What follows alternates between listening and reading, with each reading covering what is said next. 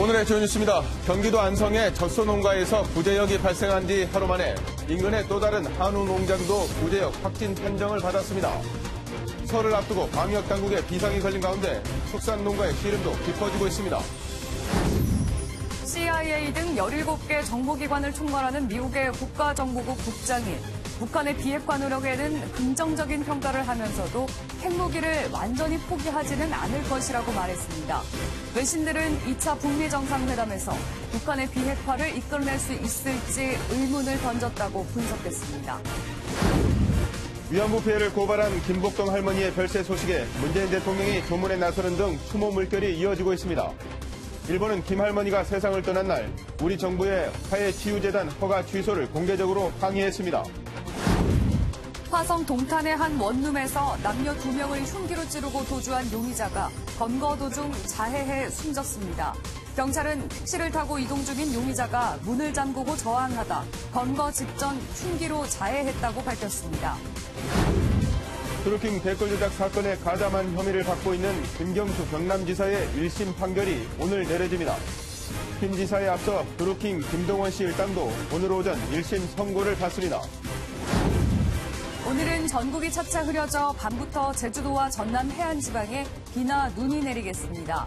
어제보다 기온은 조금 오르겠지만 대기 정체와 중국발 스모그의 영향으로 수도권과 충청 등 중부지방의 미세먼지 농도가 나쁨 수준까지 치솟겠습니다.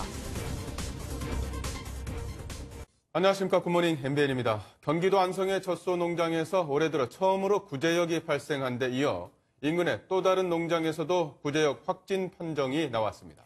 문제는 두 농장 모두 백신 접종을 했다는 건데 기존 백신이 효과가 없는 게 아니냐는 우려가 나오면서 설을 앞두고 방역에 비상이 걸렸습니다. 안보람 기자입니다. 구제역이 처음 발생한 경기도 안성시 금광면의 젖소 농장입니다. 젖소 120마리를 살처분하고 사체는 소각했습니다. 그런데 하루 만인 어제 이곳에서 11km 떨어진 안성시 양성면의 한우 농가에서 또 구제역 양성 반응이 나왔습니다. 정부는 경기도 전역은 물론 인접한 충청까지 24시간 일시 이동 중지 명령을 발동하고 일제 소독에 들어갔습니다. 초동 방역을 지나치다 싶을 정도로 과감하고 신속하게 취해야 합니다. 문제는 두 농가 모두 지난해 10월과 11월에 백신 구매 기록이 있고 백신을 접종했다는 점입니다. 유행하는 구제역의 바이러스 유형이 접종 백신과 일치하지 않을 수 있다는 우려 탓에 대규모 확산 가능성도 커졌습니다. 전국 지자체는 기존 백신 접종 여부와 관계없이 149만 두에 대해 추가 백신 접종에 나서기로 했습니다. 지금 추가 백신을 하면 일주일 정도 지나면 이 항체 양성률이 급격히 올라갑니다. 구제역 바이러스 잠복기는 14일. 정부는 대규모 이동이 예상되는 설 연휴를 포함해 앞으로 3주 동안이 구제역 확산의 분수령이 될 것으로 내다봤습니다. MBN 뉴스 안보라입니다. 국가정보원은 북미 협상이 잘 되고 있다면서 2차 북미 정상회담에서 공동선언문이 발표될 가능성이 큰 것으로 전망했습니다. 미국 언론에서는 미국이 북한에 수조 원대의 경제 보상 패키지를 제시할 수 있다고 보도했습니다. 오태윤 기자입니다. 국가정보원은 북미 양국이 김영철 노동당 부위원장의 방미 결과에 상당한 만족감을 보이고 있다고 평가했습니다. 비핵화 논의도 더욱 탄력을 받으면서 2차 북미 정상회담에서 공동선언문이 발표될 가능성이 크다고 전망했습니다. 실무 준비와 함께 공동선언문 문안 조정을 위한 의제 조율에 들어갈 것으로 보고 상당히 좀 긍정적인 전망을 했습니다. 이런 가운데 워싱턴 타임스지는 이번에 열릴 2차 북미 정상회담에서 미국이 북한의 비핵화를 유도할 수조 원대의 경제 패키지를 준비하고 있다고 보도했습니다. 미국과 동맹국이 은행 등 제3자에게 대금을 예치하고 비핵화의 조건이 충족되면 상대방에게 주는 이른바 에스크로 계정 방식을 활용할 것이라고 전했습니다. 정상회담을 앞두고 여러 가지 조건과 방식들이 오가는 것 같습니다. 결국은 북한의 비핵화가 전제되는 것은 분명한 사실이겠죠. 비핵화 조치의 대가를 거부하던 미국이 최근 보상 가능성을 내비치는 가운데 실제로 북미 협상에서 현실화될지 주목됩니다. MBN 뉴스 오태윤입니다. 미국 중앙정보국 등 17개 정보기관을 총괄하는 국가정보국 국장이 북한은 핵무기 생산 능력을 포기할 가능성이 없다고 밝혔습니다. 2차 북미 정상회담이 임박한 가운데 미국 정보수장이 공개적으로 북한의 비핵화에 의문을 제기한 겁니다. 보도에 장명훈 기자입니다. 미국 국가정보국 댄 코츠 국장이 미국 상원 청문회에서 북한의 비핵화에 관해 의견을 밝혔습니다. 국가정보국은 미국 중앙정보국과 연방수사국 등 17개 기관의 정보를 총괄하는 기관입니다. 코츠 국장은 북한이 핵무기를 완전히 포기할 가능성은 없다고 단언했습니다. We currently assess that North Korea will seek to retain its WMD capabilities and is unlikely to completely give up its nuclear weapons and production capabilities. 그 이유로는 북한의 지도자들이 핵무기를 정권 유지를 위한 중요한 수단으로 여기기 때문이라고 설명했습니다. 이 같은 발언은 북한의 핵 위협이 더는 없다고 줄곧 말해온 트럼프 대통령의 주장을 정면으로 반박하는 셈입니다. 외신들은 미 정보기관들이 북한의 비핵화에 의구심을 다시 내비치고 있다며 2차 북미 정상회담에서 성과를 낼 수 있을지 의문을 던진 것이라고 분석했습니다. 다만 코츠 국장은 북한이 핵 미사일 시험 중단과 같은 가시적인 비핵화 노력을 보이는 것에 대해선 긍정적으로 평가했습니다. MBN 뉴스 장명훈입니다. 최근 한일 갈등이 커지는 가운데 우리 외교 당국자들이 오늘부터 이틀간 주일 미군 기지를 방문합니다. 명목상으로는 기지 견학이지만 일본 측 담당자와 자연스럽게 만나 초계기 갈등 문제를 논의할 것으로 보입니다. 송주영 기자입니다. 외교부는 김태진 북미국장이 유엔사의 초청을 받아 이틀간의 일정으로 주일 미군 기지 2곳을 방문한다고 밝혔습니다. 김태진 북미국장은 유엔사 측 초청으로 1월 30일부터 31일간 주일 유엔사 후방 기지를 방문해서 기지 시찰 및 유엔사 주일 미군 관계자 면담 등을 실시할 예정입니다.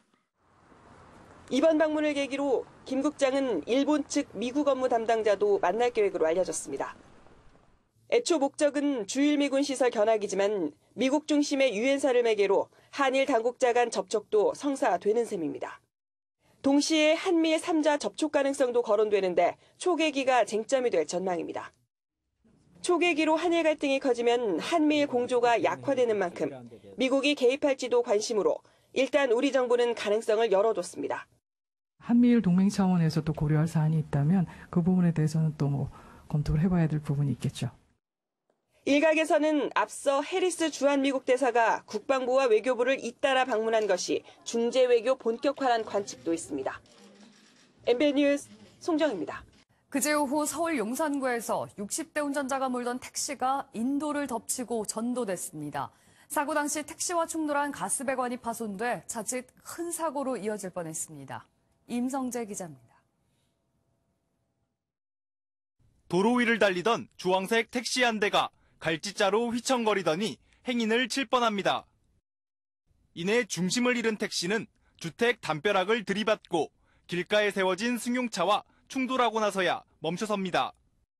그제 오후 6시쯤 60살 윤모 씨가 몰던 택시가 인도를 덮치고 뒤집히는 모습입니다.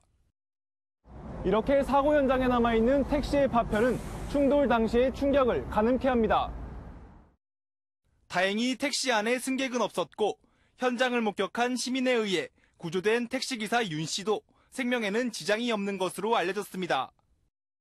하지만 택시가 주택 벽면에 설치된 가스 배관을 들이받으면서 가스 일부가 누출되는 아찔한 사고도 발생했습니다. 걸어가고 있는데 굉음 소리가 나고 택시가 오더라고요. 구하고 나오니까는 이제 냄새가 심한 냄새가 나더라고요. 경찰 조사에서 택시기사는 택시가 급발진했다고 주장한 것으로 전해졌습니다.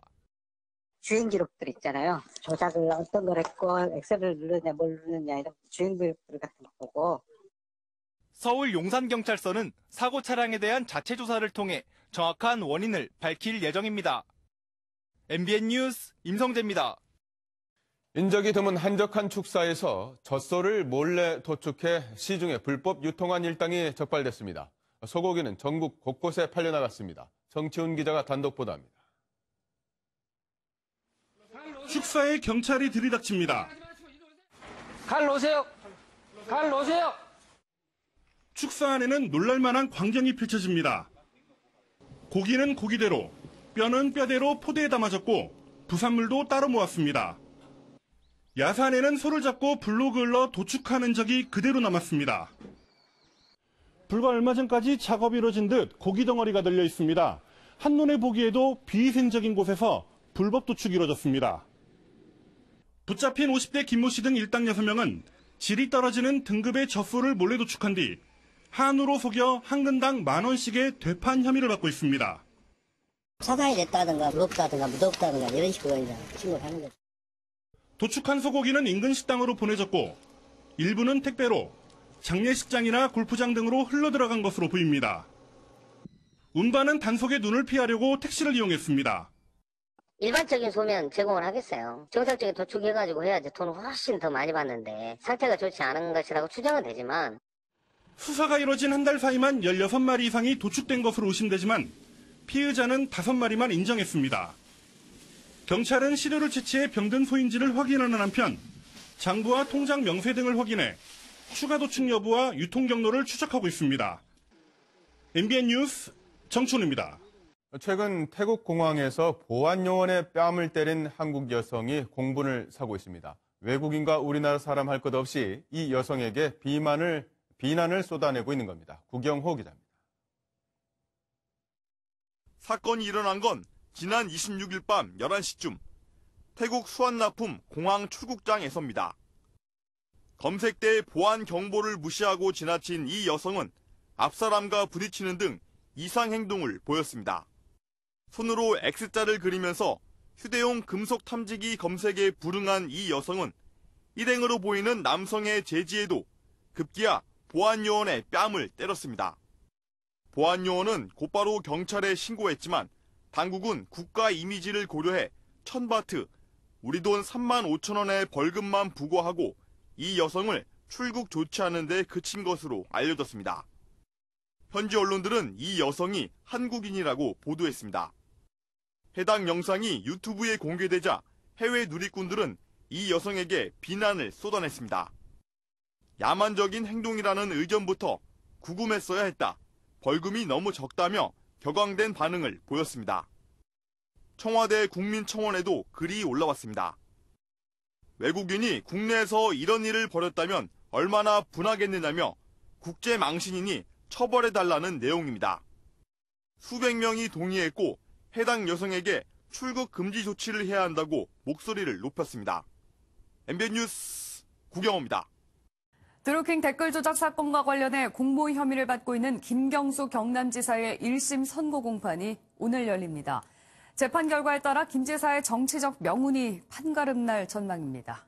연장현 기자가 보도합니다. 김경수 지사는 지난 2017년 대선 당시 문재인 후보의 당선을 위해 드루킹 일당을 시켜 인터넷 댓글을 조작한 의혹을 받고 있습니다. 이어진 지방선거에서도 드루킹 김동원 씨 측근에 일본 센다이 총영사직을 제안하며 도움을 청한 혐의를 받고 있습니다. 허익범 특검팀은 지난해 8월 컴퓨터 장애와 업무방해 등의 혐의로 김 지사에게 징역 5년을 구형했습니다. 김 지사는 그동안 모든 혐의를 부인해왔습니다. 지금도 누구보다 간절하게 이 사건의 진실이 밝혀지기를 원하고 있는 사람입니다. 서울중앙지법은 오늘 오후 2시 김 지사에 대한 1심 선고 공판을 열 예정입니다. 결과에 따라 김 지사의 직무 정지 여부 등 정치적 운명이 갈릴 것으로 보입니다. 드루킹 김 씨 일당도 오늘 오전 1심 선고를 받습니다. 특검팀은 드루킹 일당이 지난 2016년 말부터 모두 9,971만여 건의 댓글을 조작한 것으로 보고 있습니다. 드루킹 일당은 댓글 조작 프로그램인 일명 킹크랩을 본 김 지사가 이를 승인하는 등 범행에 가담했다고 주장하고 있습니다. MBN 뉴스 연장현입니다. 조재범 전 쇼트트랙 코치의 선수 폭행 혐의에 대한 항소심 선고가 오늘 내려집니다. 수원지방법원은 오전 11시에 조 씨에 대한 선고 공판을 열고 조 씨에 대한 항소심 판결을 내릴 예정입니다. 조전 코치는 지난 2011년부터 지난해 1월까지 심석기 선수 등 모두 4명의 선수를 폭행한 혐의로 1심에서 징역 10개월을 선고받고 수원구치소에 수감 중입니다. 일본의 위안부 만행을 전 세계에 알린 김복동 할머니의 빈소에 문재인 대통령을 비롯해 추모객들의 발길이 이어졌습니다. 그런데 일본 정부는 김 할머니가 눈을 감은 그제 화해치유재단 허가 취소를 항의했던 것으로 드러났습니다. 추성남 기자가 보도합니다. 김복동 할머니의 안타까운 별세 소식에 추모객들의 발걸음이 이어졌습니다. 약한 나라에서 이제 여성으로서 제대로 인권을 보호받지 못하고 앞으로 잊지 말고 계속 관심을 가지고. 김할머니를 소재로 한 영화 I Can Speak에 출연했던 배우 남은희 씨도 빈소를 찾았습니다. 너무 고생하셨으니까 이제 날개를 달고 편한 세상에 가시라고. 평생 동지였던 이용수 할머니도 마지막 작별 인사를 건넸고. 용수 아이가 했거든요. 눈을 한번 떠봤어요. 보고 고개를 이러면서 빠졌다고 그러더라고요. 문재인 대통령도 조문하고 역사 바로 세우기를 잊지 않겠다고 강조했습니다. 그런데 김할머니가 세상을 떠난 날, 일본은 화해치유재단 허가 취소를 공개적으로 항의했습니다. 我が国は日韓合意の下で約束した措置を全て実施をしてきており、引き続き韓国側に日韓合意の着実な実施を強く求めていきたい、このように思います。 이에 대해 우리 정부는 해산 절차를 지속할 뜻을 우회적으로 밝힌 것으로 알려졌습니다. MBN 뉴스 추성남입니다. 정부가 지역 균형 발전을 위해 2022년까지 175조 원을 투입하고 24조 원 규모의 지역 사업에 대해서는 예비 타당성 조사도 면제하기로 했습니다. 수도권 쏠림을 완화해 국가 전체의 경쟁력을 끌어올리겠다는 건데요. 먼저 신동규 기자가 보도합니다. 국가 균형 발전을 위해 정부가 175조 원을 투입하기로 했습니다. 지역에 사람이 모일 수 있도록 교육과 문화, 보건복지 분야에 51조 원을 투입하고 농어촌과 중소도시의 공간 회복에 66조 원, 지역 일자리 창출에 56조 원을 투입합니다. 이를 통해 90만 명이 넘는 인구가 2022년까지 농어촌으로 가도록 하겠다는 겁니다. 전국을 골고루 살기 좋은 곳으로 만들어 수도권과 지역이 상생, 발전해야 합니다. 이는 더 이상 미룰 수 없는 이 시대의 당면 과제입니다. 특히 각 지역에서 강한 의지를 나타낸 사업에 대해서 예비 타당성 조사 면제도 확정했습니다. 17개 시도가 신청한 68조 7천억 원 규모의 32개 사업을 평가한 끝에 24조 1천억 원 규모의 23개 사업을 최종 선정했습니다. 24조 원은 지난 2009년 예타 면제 사업으로 추진된 이명박 정부의 4대강 사업보다도 2조 원 많은 규모입니다.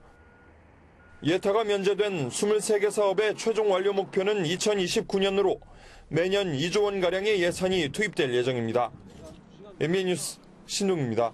정부의 이번 발표로 지방 예산 희비가 엇갈렸습니다. 수도권에선 예비 타당성 조사 면제 불허에 강한 불만을, 지방에선 면제 결정에 환호를 나타냈습니다. 이어서 노승환 기자입니다. 불과 며칠 전 인천 송도 주민들은 한파 속에 GTX B 노선의 조기 착공을 촉구했습니다. 하지만 끝내 예비 타당성 조사를 면제받진 못했습니다. 주민들은 허탈해합니다. GTX B 노선이 지나는 송도와 남양주 쪽은 수도권 내에서도 교통이 좀 열악한 부분이기 때문에 이번 정부에 대해서 상당한 큰 실망감을 갖고 있습니다. 신분당선 호매실 연장 사업의 예타 면제를 바라온 주민들도 격앙된 분위기입니다. 예타 면제 불허에 아파트 사기 분양이라는 주장까지 전해지고 있습니다. 역 생긴다고 기다리고 있었는데 수도권이라서 보류된다는 말은 역차별이 아닌가라는. 반면 지방의 분위기는 확연히 다릅니다. 1조 원대 외곽순환 고속도로 사업의 예타 면제 결정을 받은 울산은 환호했습니다. 이로써 우리 울산은 드디어 광역시에 걸맞는 산업 동맥과 전라북도도 새만금 공항 개발의 예타 면제를 환영했습니다. 정부는 이번 예타 면제에 대해 일찌감치 수도권은 제외된다고 밝혔지만 극명히 엇갈린 결정에 당분간 논란이 불가피해 보입니다. MBN 뉴스 노승환입니다. 문재인 대통령의 딸 부부가 동남아 국가로 이주한 것을 두고 야당과 청와대의 설전이 치열합니다. 야당은 부동산 매각과 관련이 있다는 의혹을 제기했고 청와대는 음해라고 반박했습니다. 황재헌 기자가 보도합니다. 곽상도 자유한국당 의원은 문재인 대통령의 딸 다혜 씨 부부가 지난해 한 동남아 국가로 해외 이주했다고 주장했습니다. 그 근거로 곽 의원이 공개한 다혜 씨 아들의 초등학교 서류에는 지난해 7월 11일 국제학교로 해외 이주를 신청한다고 쓰여 있습니다. 앞서 곽 의원은 다혜 씨 부부가 문 대통령이 살았던 구기동 빌라를 제3자에게 매각하면서 굳이 증여 과정을 거쳤다며 재산 압류를 회피한 것 아니냐는 의혹을 제기한 바 있습니다. 곽 의원은 이 부동산 매매 때문에 해외로 간 건지 아니라면 이유가 뭔지 밝혀야 한다고 청와대에 공개 질의했습니다. 부동산을 처분한 다음 날 학적 변동 관련 서류를 작성 제출하였습니다. 급하게 부동산을 정려 매각하고 해외로 이주해간 부분에 대해서 국민들이 궁금해합니다. 이와 관련해 청와대는 해외로 이주하는 과정에 불법이나 탈법이 없었다며 대통령 가족의 사생활 공개 요구는 정치적 금도를 넘어선 것이라고 비판했습니다. 학적 관련 서류를 취득하여 공개하는 행태는 개인정보를 침해한 것이며 정쟁의 초등학생까지 끌어들이는 것은 후한무치한 행태임을. 이어 곽 의원의 자료 취득 경위와 자료 공개의 불법성에 대해서는 엄중한 조사를 거쳐 응분의 조치를 취할 것이라고 경고했습니다. 청와대는 역대 대통령의 직계 가족이 해외에 체류한 경우가 9명이었고 이들도 모두 법에 근거한 경호를 받았다며 해외 경호도 문제가 없다고 밝혔습니다. MBN 뉴스 황재헌입니다. 청년과 5, 60대에게 불평하지 말고 동남아로 가라고 해 논란을 일으킨 김현철 청와대 경제부장관이 결국 자리에서 물러났습니다. 야당에서 사퇴 압박을 받아왔던 탁현민 행정관도 청와대를 떠나게 됐습니다. 이정호 기자입니다. 김현철 청와대 경제보좌관의 입에서 나온 5, 60대와 청년 세대에 대한 부적절 발언에 대한 비판은 하루 종일 계속됐습니다. 적반하장이자 대통령의 경제보좌관으로서의 자질마저 의심되는 현실인식이 아닐 수 없습니다. 청와대는 문재인 대통령에게 부담이 되고 싶지 않다는 김 보좌관 본인의 의사를 반영해 결국 사표를 수리했다고 밝혔습니다. 출근하자마자 문 대통령에게 사의를 표명했습니다. 김 보좌관은 문 대통령의 참모 가운데 설화로 물러난 첫 사례로 기록됐습니다. 탁현민 청와대 행정관도 SNS를 통해 자신의 사직서가 수리됐다고 밝혔습니다. 탁 행정관은 청와대에서 보낸 시간은 뜨거웠고 영광스러웠다며 지난 일들에 대한 평가는 칭찬이든 비난이든 달게 받겠다고 말했습니다. 최근 지지율 답보 상태에 놓인 청와대가 여론의 비판에 민감하게 반응하는 것 아니냐는 분석이 나오는 가운데 향후 청와대 인사 방향이 어떤 변화를 보일지 주목됩니다. MBN 뉴스 이정호입니다. 이명박 전 대통령이 재임 당시 양대 노총을 와해시킬 목적으로 제3노총 설립을 직접 지시한 정황이 드러났습니다. 검찰은 이채필 전 고용노동부 장관이 국정원 관계자를 상대로 특활비 지원을 요구했다고 보고 있습니다. 손기준 기자입니다. 지난 2011년 2월 이채필 전 고용노동부 장관은 차관 시절 고용노동부를 담당하는 국정원 관계자와 만났습니다. 이 자리에서 이 전 장관은 대통령께서 민주노총을 뛰어넘는 제3노총 출범을 지시했다며 3억 원의 예산 지원을 요청했습니다. 한 달 뒤에도 이 전 장관은 대통령께서 관심을 갖고 계신 사업이라며 재차 예산 지원을 요구했고 이를 보고받은 원세훈 당시 국정원장은 민주노총 등 종북 좌파 세력의 입지 축소를 꾀해야 한다며 예산 지원을 승인했습니다. 이후 국정원은 총 11차례에 걸쳐 국정원 특수활동비 1억 7천여만 원을 이 전 장관 측에 전달했습니다.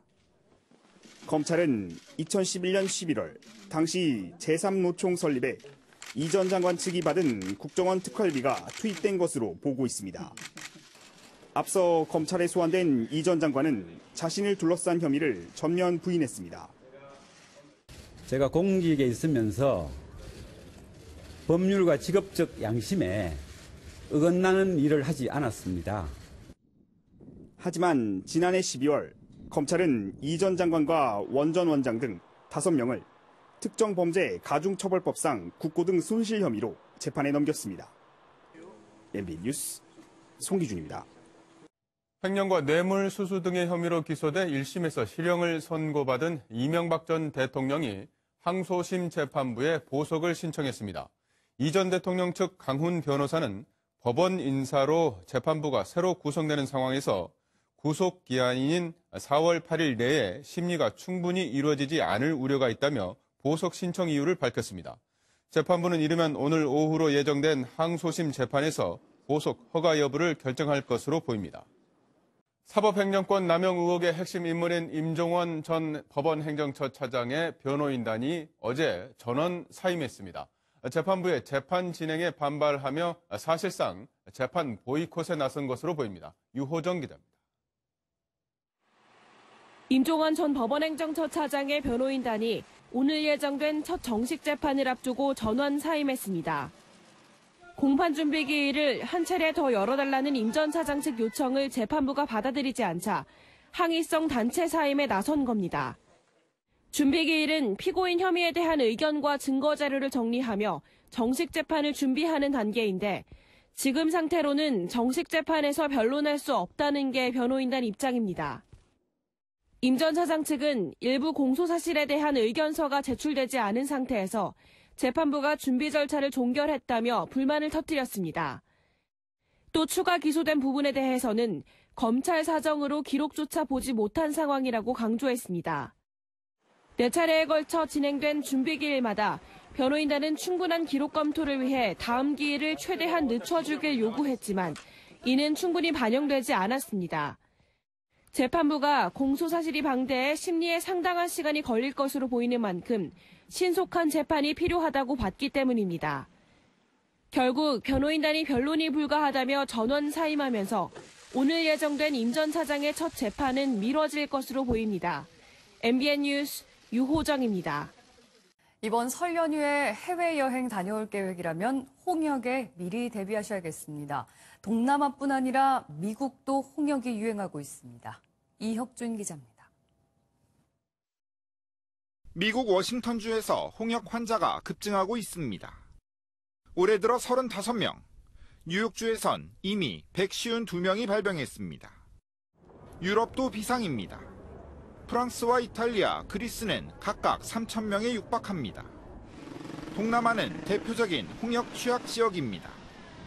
베트남에선 올해 들어 2,000명의 홍역 환자가 발생했고 필리핀은 4,400여 명, 태국은 230여 명으로 집계됐습니다.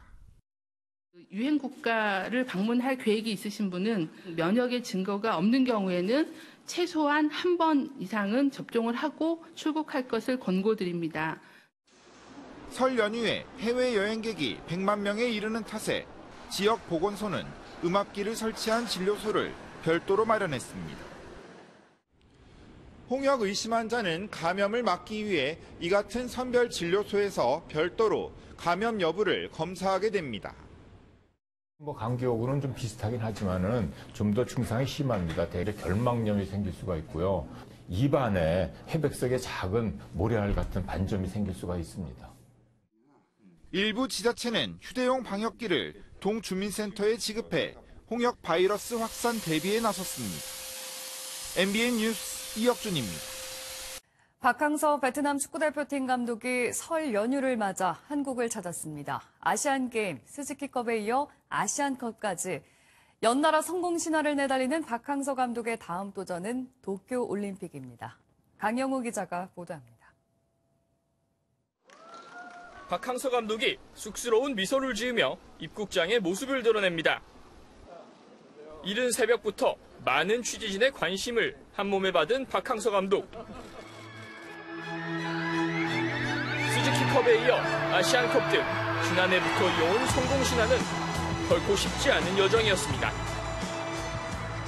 선수들이 정신적으로 육체적으로 피곤한 상태이고 제가 어떤 메시지를 던지더라도 조금 선수들의 반응도 느리다는 걸 느꼈는데 다행히 어느 정도 목표 달성을 하고 와서.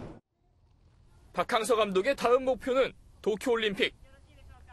오는 3월에 열리는 도쿄올림픽 예선을 겸한 23세 이하 챔피언십에서 최종 예선행 티켓을 노립니다. 또 곧 3월 달에 또 U23세 그 예선전이 있기 때문에 좀 쉬고 한번 바로 준비해야 될 것 같습니다. 베트남 성인 대표팀 감독만 맡는 것을 논의하고 있는 박항서 감독. 설을 앞두고 한국 팬들에게도 새해 인사를 전했습니다. 안녕하십니까. 베트남 축구 국가대표팀 감독 박항서입니다. 올해 2019년 새해 복 많이 받으십시오. 감사합니다. MBN 뉴스 강영호입니다. LG가 전국의 모든 아동복지시설에 미세먼지 없는 환경 만들기에 나섭니다.